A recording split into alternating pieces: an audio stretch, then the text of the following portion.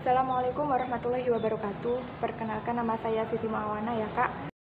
Ini hari kelima saya mengikuti KMD 2000 di Universitas Pesantren Tinggi Darul Ulum. Dan hari ini saya ingin menjelaskan sedikit tentang manajemen resiko kepramukaan. Nah, kita dapat mempelajari teori resiko, sumber bahaya yang menimbulkan, bagaimana menilainya, serta menggolongkan tingkatan resiko tersebut. Nah, ketika data tentang resiko dan kegiatan kita miliki, yang paling penting adalah bagaimana mengolahnya, bagaimana kita mengapresiasi itu sehingga kegiatan tersebut aman dilaksanakan. Prinsip dasar tentang manajemen resiko adalah tinggalkan bila itu beresiko atau hadapi dengan resiko yang ada. Kalau pilihan pertama yang dipilih, ya sudah nggak usah mikir lagi. Tapi bila yang kedua pilihannya, maka akan lain ceritanya. Ketika merencanakan atau melaksanakan kegiatan alam bebas, sangat penting untuk mempertimbangkan segala kebutuhan. Teknik pelaksanaan dan rekomendasi. Pelaksanaan dan rekomendasi. Hal ini akan membuat instruktur atau pembina atau pelatih bisa melaksanakan kegiatan dengan profesional dan aman. Juga harus dipastikan bahwa kegiatan itu dilaksanakan dengan standar umum yang berlaku untuk kegiatan tersebut.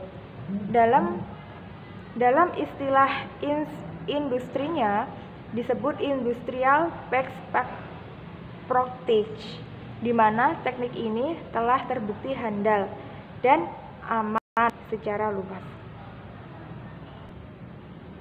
Nah, ada beberapa sumber bahaya di lapangan yang kita tidak tahu kapan terjadinya.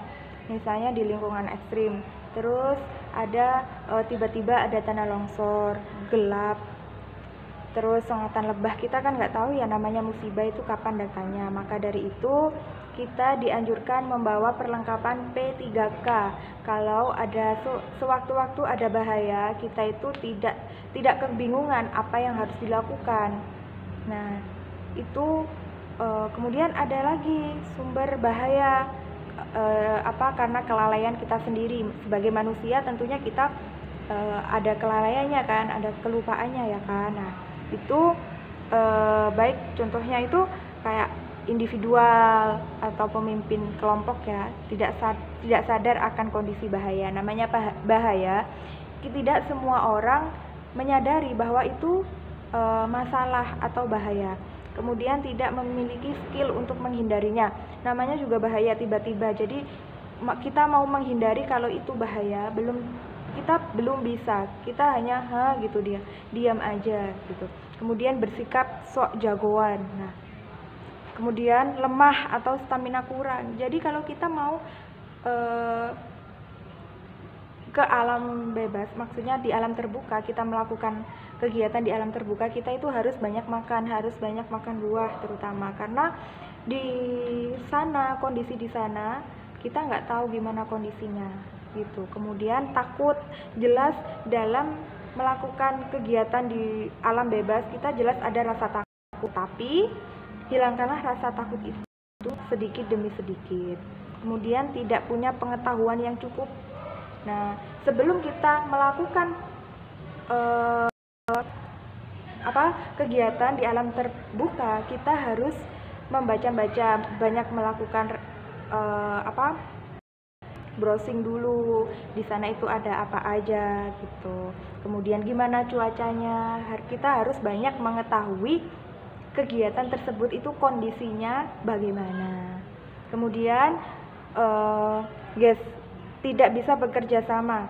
Nah, kita harus mempunyai sifat toleransi sama teman-teman kita, sama teman kelompok, semuanya kita harus bekerja secara tim gitu. Jadi itu tadi sedikit penjelasan dari saya tentang manajemen resiko dalam kepramukaan. Cukup sekian yang dapat saya sampaikan. Wabillahi Wabillahi taufiq wal hidayah. Wassalamualaikum warahmatullahi wabarakatuh.